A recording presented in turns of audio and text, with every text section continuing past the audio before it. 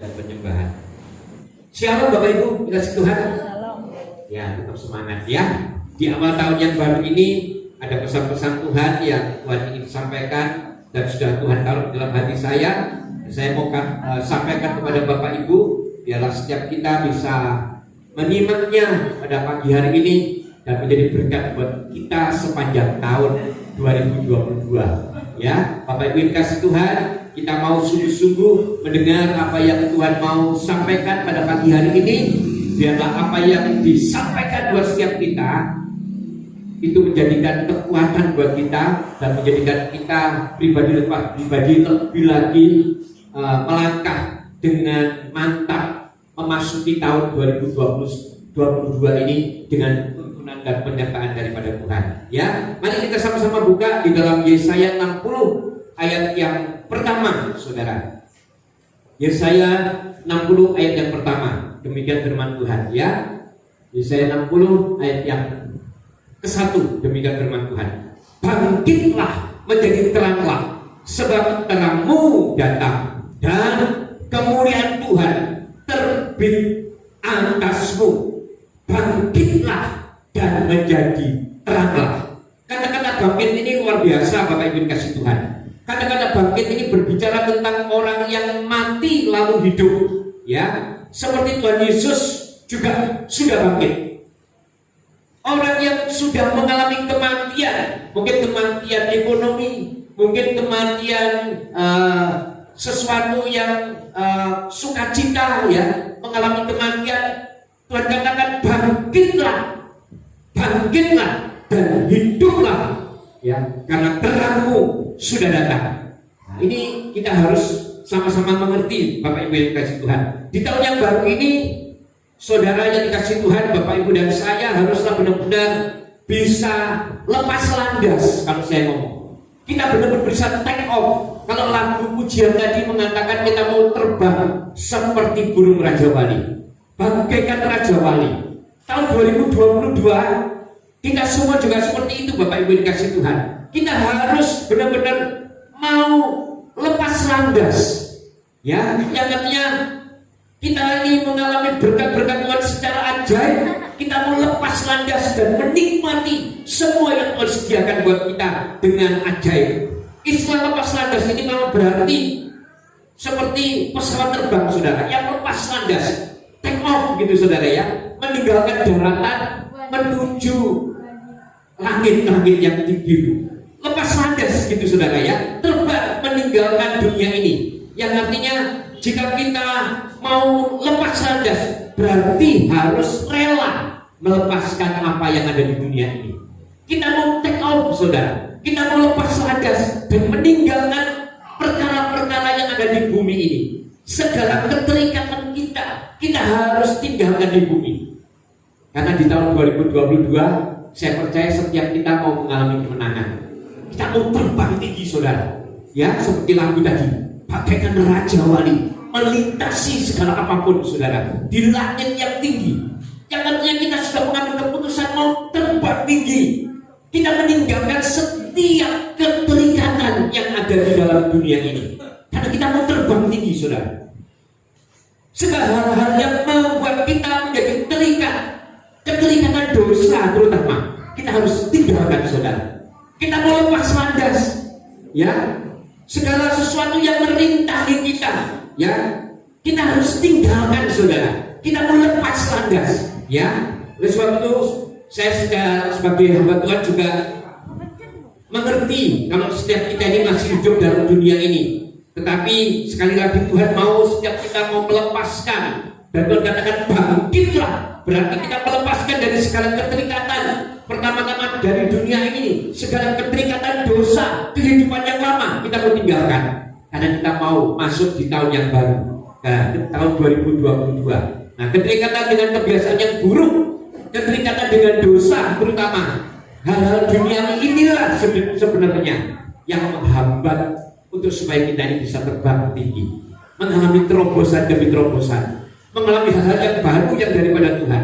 Kita harus benar-benar tinggalkan. Kita tidak bisa lepas landas kalau kita masih mengalami keterikatan. Oleh sebab itu kita mau benar-benar terbebas dari itu, saudara. Ya, kita mau meninggalkan semuanya. Ya, duniawi ini berarti kebiasaan-kebiasaan yang buruk, saudara ya. Nah, saatnya bagi kita sekarang untuk benar-benar berani ambil keputusan melangkah, saudara. Berani mengambil keputusan untuk melangkah. Kita lihat di dalam 1 Korintus 9 ayat yang ke-26. 1 Korintus 9 ayat 26. Ya, ini sikap kita yang harus kita lakukan di dalam kehidupan kita sebagai orang percaya. Ya, 1 Korintus 9 ayat yang ke-26. Ya, demikian firman Tuhan. Sebab itu aku tidak berlari tanpa tujuan, dan aku bukan petinju yang sembarang saja memukul. Saya selalu katakan kepada saudara, memang kehidupan ini adalah peperangan. Kita tidak akan lepas dari yang namanya pertandingan. Oleh sebab itu firman Tuhan pagi hari ini mengajarkan kepada setiap kita, supaya setiap kita ini tidak cuma berlari tanpa tujuan. Kita tidak sembarangan kalau kita sebagai petinju itu memukul. Yang artinya kita harus tepat sasaran, saudara. Ada sikap yang harus kita ambil, keputusan yang harus kita ambil untuk mendapatkan terobosan, untuk supaya kita bisa lepas landas, mengalami terobosan mujizat demi mujizat, mengalami pertolongan demi pertolongan. Kita harus berani ngambil keputusan ini, saudara. Nah, apa saja, saudara ya, untuk memasuki tahun yang baru ini tentunya harus ada tujuan pasti dari langkah kehidupan saudara dan saya. Firman Tuhan juga mengatakan kita bukan sembarangan berlari tanpa tujuan. Saya mau setiap kita ketika masuk tahun 2022 ada tujuan pasti dari langkah kehidupan saudara. Ada tujuan yang harus saudara perhitungkan dengan sungguh-sungguh. Ya, apa saja yang saudara lakukan, kerjakan, haruslah dengan kesadaran yang penuh, saudara, dengan arah yang pasti, sehingga tujuan itu benar-benar saudara bisa capai. Tidak sembarangan saudara melangkah. Saya tidak tahu pandemi yang kita sedang alami ini masih berlangsung atau tidak. Ya, tetapi saya percaya Tuhan memberikan pertolongan buat setiap kita, bangsa kita segera terbebas dari pandemi COVID-19. Oleh sebab itu, segala sesuatu yang akan terjadi kita tidak bisa prediksi, saudara. Bahkan kita tidak tahu bagaimana untuk sedetik pun di depan kita. Ya. Oleh sebab itu, apa saja yang kita lakukan, apa saja yang kita kerjakan di sepanjang tahun 2022 ini haruslah dengan kesadaran yang penuh dan dengan arah yang pasti dan tepat ketika kita berjalan. Tidak sembarangan melangkah, saudara. Nah, ada 3 hal penting yang harus menjadi dasar dan sasaran perjalanan kehidupan daripada saudara dan saya. Ini adalah cara bersikap yang mendatangkan atau menjadikan terobosan keberhasilan dalam kehidupan saudara. 3 hal ini akan saya berikan kepada saudara. Yang pertama adalah Allah dan kebenarannya. Ini pertama, saudara. Ini adalah sikap yang saudara harus ambil. Yang pertama, sebagai orang percaya harus mengerjakan segala sesuatu, hendaklah selalu ingat bahwa Allah dan kebenarannya adalah sebagai dasar dari segala sesuatu yang saudara lakukan. Jadi ketika saudara mengambil segala sesuatu keputusan, harus ingat apakah ini sesuai dengan kebenaran daripada Allah. Yang pertama kali ketika kita melangkah di dalam tahun ini, tahun 2022 ini, haruslah menjadikan Allah dan kebenarannya adalah sebagai pandangan kita yang pertama, sebagai hal yang pertama yang harus kita lakukan. Artinya apapun yang saudara lakukan haruslah sesuai dengan kebenaran firman Tuhan. Ini yang pertama, saudara. Harus apapun langkah perjalanan hidup saudara haruslah di dalam jalur atau rel kebenaran firman Allah. Harus itulah kita lakukan, saudara. Nah, kita mau lihat apa sih itu kebenaran firman Tuhan, apa sih itu kebenaran Allah. Kita lihat di dalam 2 Samuel 7 ayat yang ke-28. 2 Samuel 7 ayat 28. Ya, demikian firman Tuhan. Oleh sebab itu ya Tuhan Allah, Engkaulah Allah dan segala firman-Mu lah kebenaran. Engkau telah menjanjikan perkara yang baik ini kepada hamba-Mu. Jadi segala sesuatu yang baik yang datangnya daripada Tuhan melalui kebenaran firman Tuhan, itulah yang dinamakan kebenaran Tuhan. Kebenaran Allah inilah yang harus menjadi poin pertama, yang harus menjadi pandangan daripada saudara, yang harus menjadi tujuan dan sikap dasar dari segala tindakan yang saudara harus lakukan. Jadi intinya begini loh saudara, kalau saudara mau melakukan segala sesuatu, mari kita harus melihat dari sudut pandang kebenaran firman Tuhan. Apakah ini sesuai dengan kehendak Tuhan? Apakah ini tidak mendukakan hati Tuhan? Kalau kita sudah melihat seperti itu saudara, maka saya percaya langkah kita selanjutnya pasti akan menjadi langkah yang enak. Kita tidak akan sembarangan. Yang artinya ketika kita mengerjakan sesuatu, gak peduli wes, kan kita di luar bukan di gereja. Jangan peduli wes, dan Tuhan-Tuhanan. Yang penting aku selamat. Yang penting aku bisa melakukan sesuatu ya yang mendukakan firman Tuhan. Tidak peduli aku bukan di gereja. Hati-hati saudara. Kalau kita punya sikap seperti ini, berarti sesungguhnya kita tidak menjadikan Allah dan kebenarannya sebagai poin pertama yang harus menjadi pandangan atau dasar hidup saudara untuk melalui tahun 2022 ini bersama dengan Tuhan. Ketika kita mengambil keputusan ini untuk menjadikan Tuhan sebagai sumber kebenaran, saya percaya langkah apapun pasti ada penyertaan daripada Tuhan. Ya, ini yang pertama saudara. Ada alasan kenapa kita menjadikan Allah dan kebenarannya sebagai dasar atau prioritas utama dalam perjalanan kehidupan kita di tahun 2022 ini. Ya, kita lihat di dalam Mazmur 119 ayat 105. Ya, tadi kan kita mengatakan bahwa ternyata yang dikatakan sebagai Allah, kebenaran daripada Allah itu adalah firman Tuhan. Dan kita lihat di dalam Mazmur 119 ayat yang 105 mengatakan seperti ini saudara. Firman-Mu itu pelita bagi kakiku dan terang bagi jalan. Nah saudara, kalau langkah saudara melalui tahun 2022 ini mengalami ya jalan yang terang, jalan yang enak, jalan yang bersama dengan Tuhan, maka hendaklah menjadikan firman Tuhan sebagai pelita buat setiap kehidupan kita. Yang artinya apa saudara? Setiap langkah apapun harus saudara lihat berdasarkan firman Tuhan. Ini sesuai gak dengan firman Tuhan? Ini cocok gak dengan firman Tuhan? Kalau aku melakukan ini, apakah ini sesuai dengan firman Tuhan? Kalau aku melangkah seperti ini, apakah sesuai dengan firman Tuhan? Nah, kalau kita mendasari seperti itu, saya percaya artinya kita adalah orang-orang yang mengerjakan atau melakukan segala sesuatu di dalam penyertaan Tuhan. Ini yang harus kita lakukan, saudara, yang pertama kali. Nah, artinya setiap kita tetap menjadikan firman Tuhan sebagai acuan atau dasar daripada perjalanan kita menghadapi tahun 2022 ini bersama dengan Tuhan. Ada cermin yang harus kita kerjakan, saudara, ya, dari firman Tuhan. Terus yang kedua, ya, hal penting yang menjadi dasar dan sasaran kehidupan kita di dalam melalui hari demi hari di tahun 2022 ini apa? Kita lihat ternyata yang harus menjadi sasaran adalah keluarga yang berkenan di hadapan Tuhan.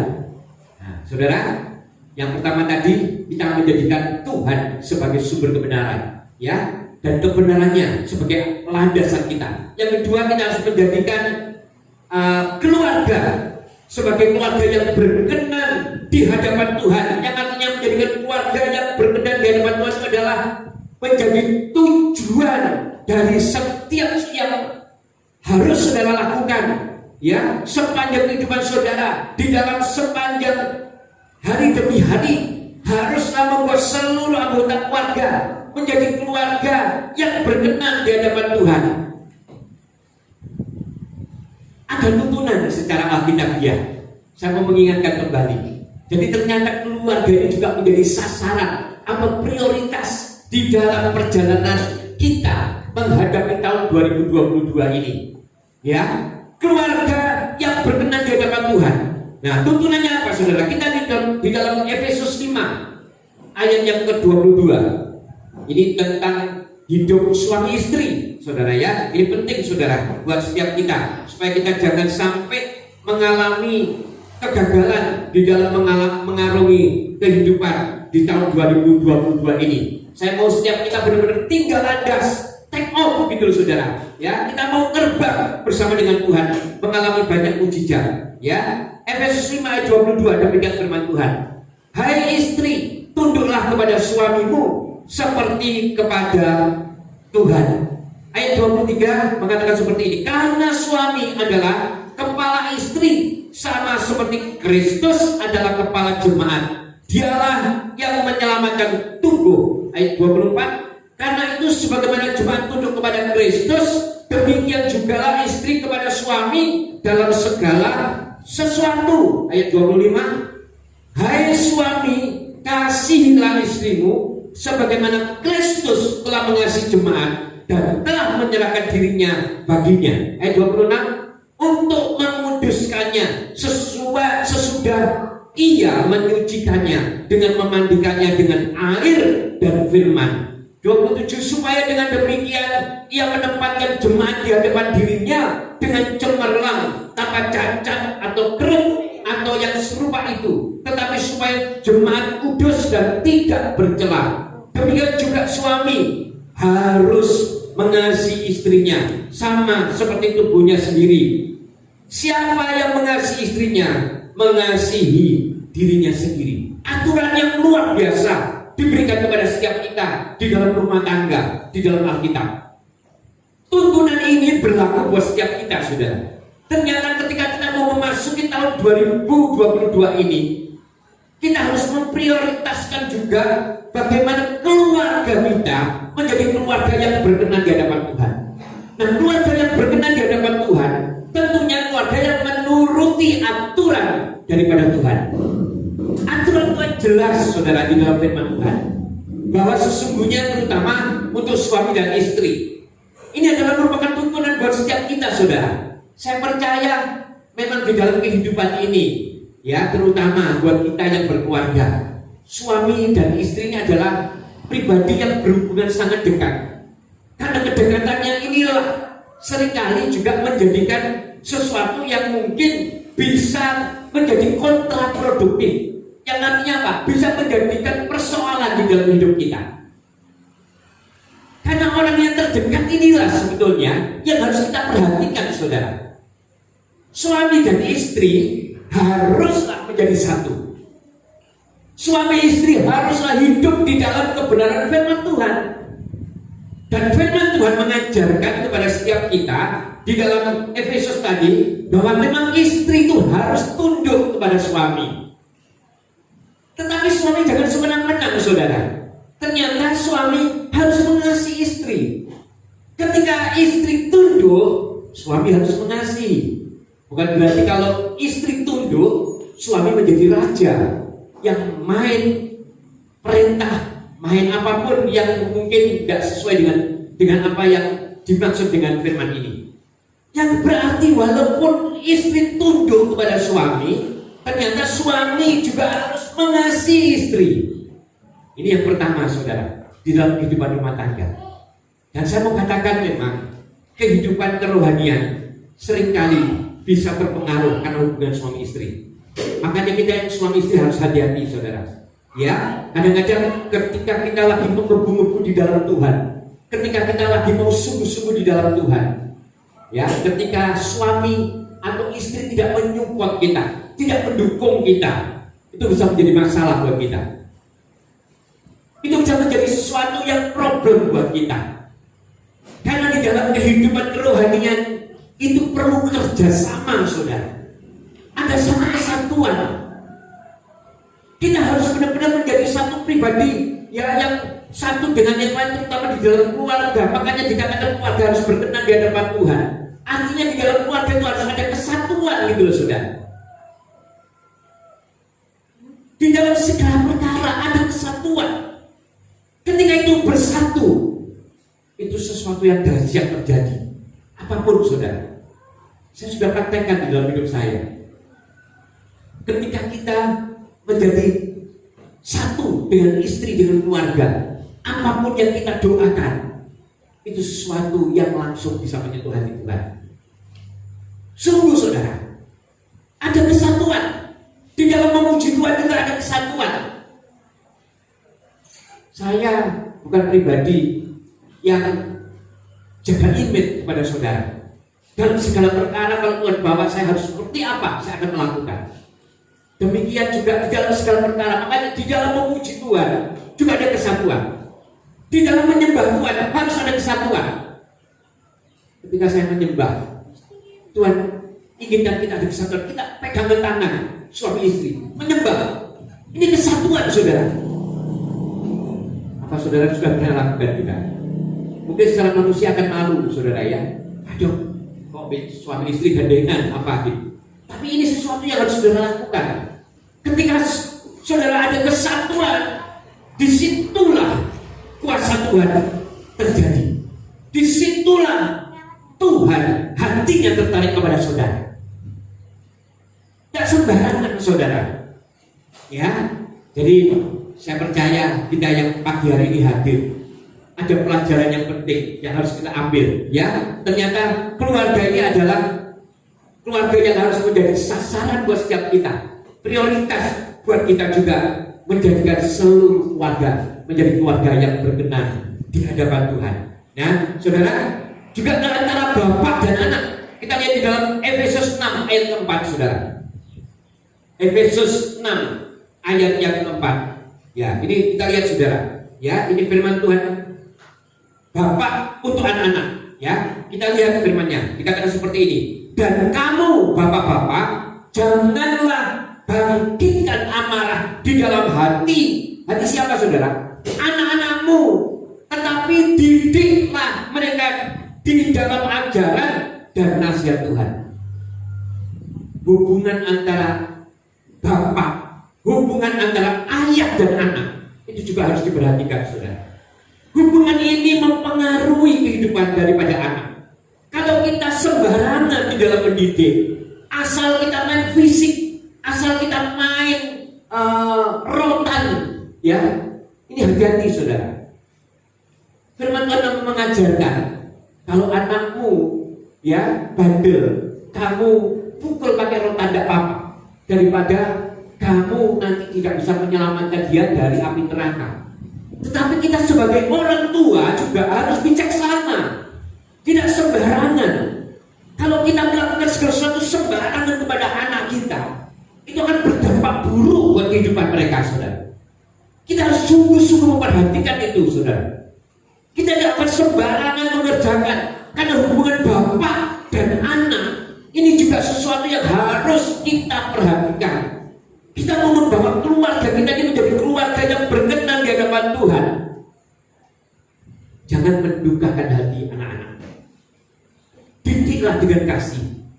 Kalau memang terpaksa mau pukul, tapi pukullah dengan penuh perhitungan. Pukullah dengan penuh kasih sayang. Ya. Karena kita ini adalah orang-orang percaya, saudara. Kita tidak mau menaruh dendam di dalam hati anak. Karena di dalam film ini kan mengatakan bahwa mereka ini akan menjadi pribadi-pribadi yang amarahnya bangkit dalam hatinya. Sehingga kalau bangkit ini menjadi satu pertumbuhan yang tidak baik dalam kehidupannya. Kita harus benar-benar menjaga hati anak juga dengan sungguh-sungguh. Ya. Terus kita lihat dalam Kolose 3 ayat yang ke-20.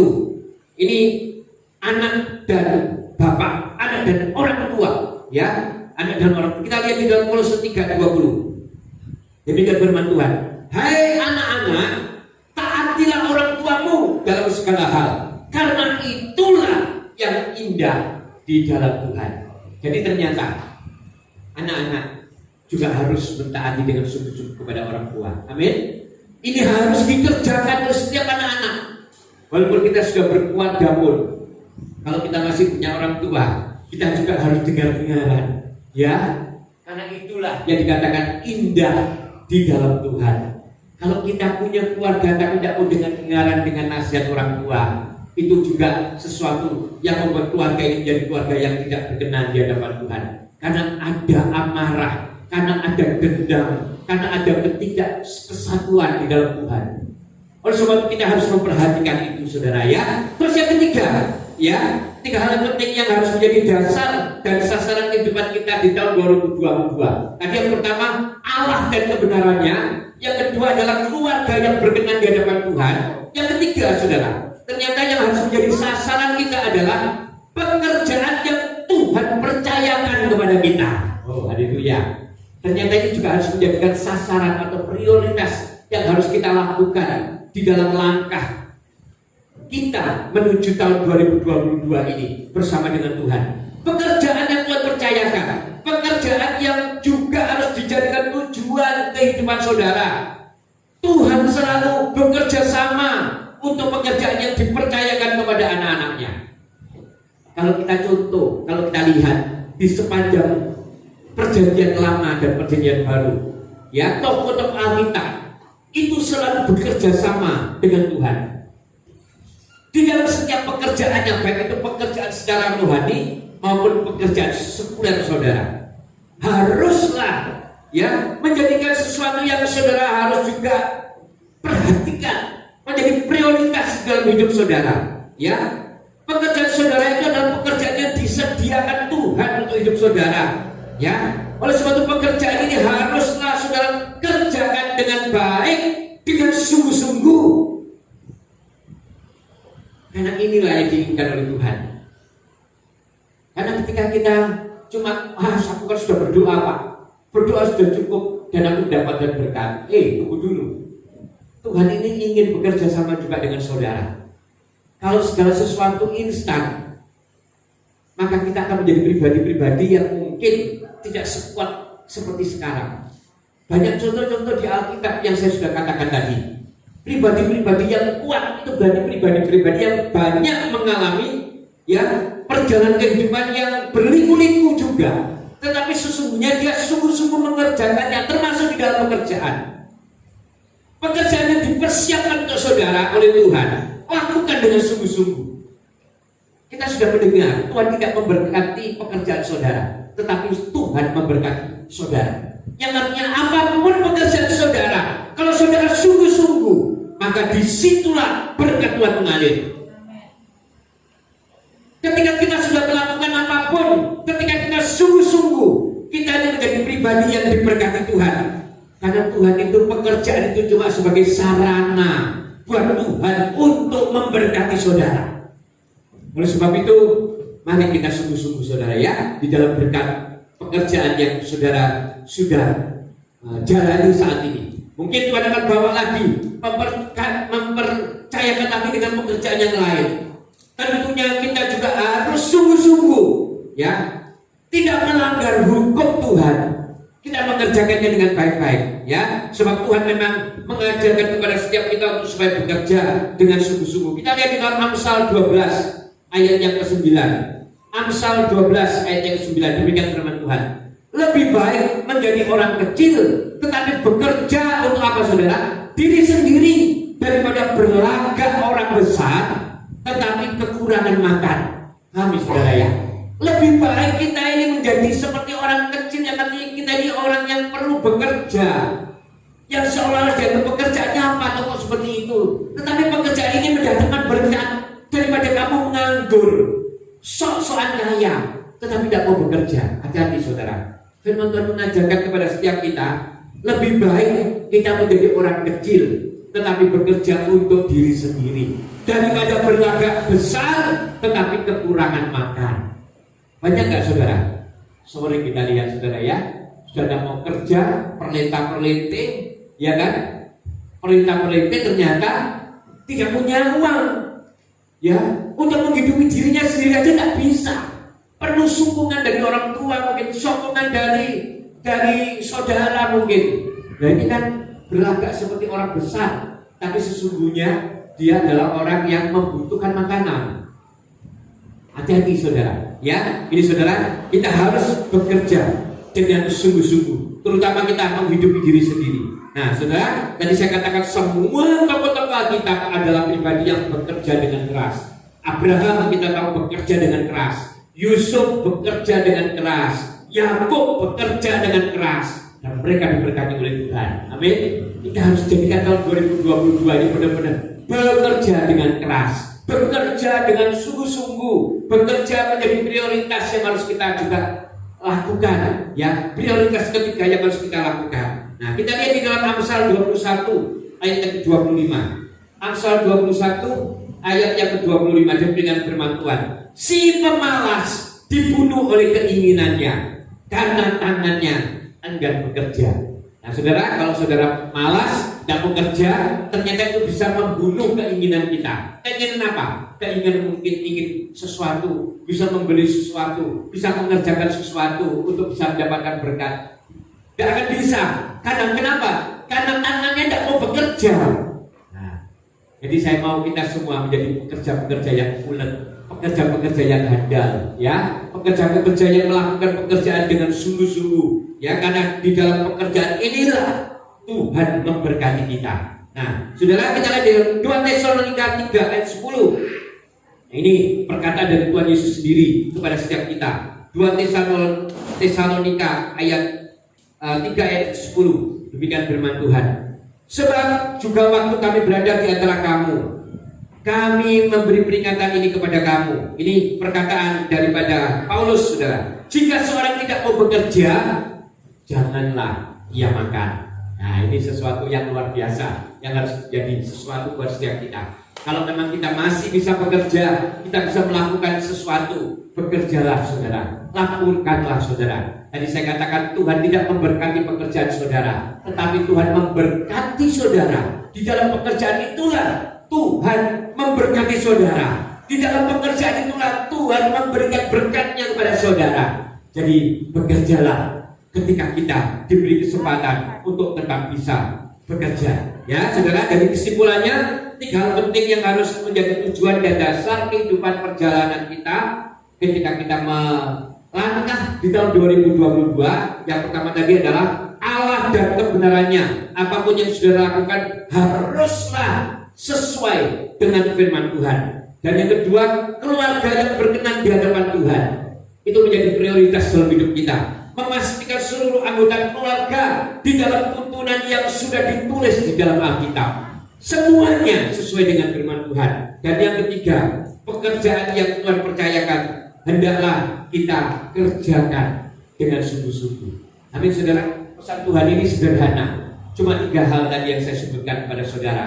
Ketika saudara lakukan, saya percaya kita akan menjadi pribadi-pribadi yang tinggal landas, benar-benar take off, ya, menjadi pribadi yang lepas landas, ya, mengarungi, ya, samudera kehidupan ini, ya, kita bersama-sama terbang tinggi dan mengalami banyak terobosan. Dan saya percaya mujizat demi mujizat akan terjadi ketika prinsip ketiga hal ini saudara pegang, maka tujuan kehidupan saudara akan menjadi tujuan yang terarah, bukan sembarangan melangkah.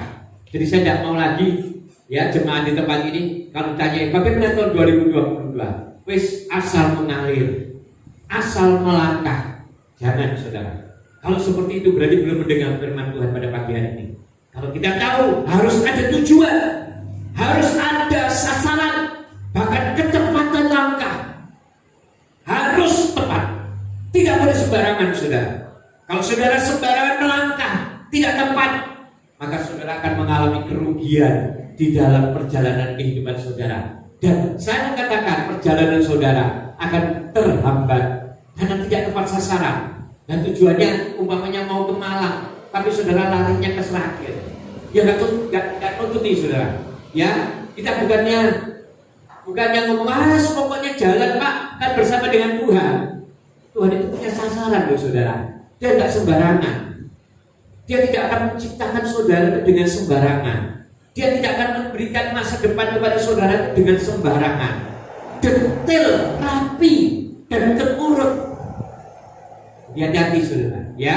Oleh sebab itu mari kita mencari sungguh-sungguh. Yang pertama, Allah dan kebenarannya. Dan yang kedua, kita memprioritaskan keluarga kita harus menjadi keluarga yang berkenan di hadapan Tuhan. Dan yang ketiga, pekerjaan kita juga harus menjadi pekerjaan yang kita kerjakan dengan sungguh-sungguh, kerjaan yang benar, bukan kerjaan yang nggak benar, loh saudara ya. Pekerjaan apa ditanya? Pekerjaanmu apa? Ya, lari sana, lari sini, dari angkot satu ke angkot yang lain. Paham saudara ya?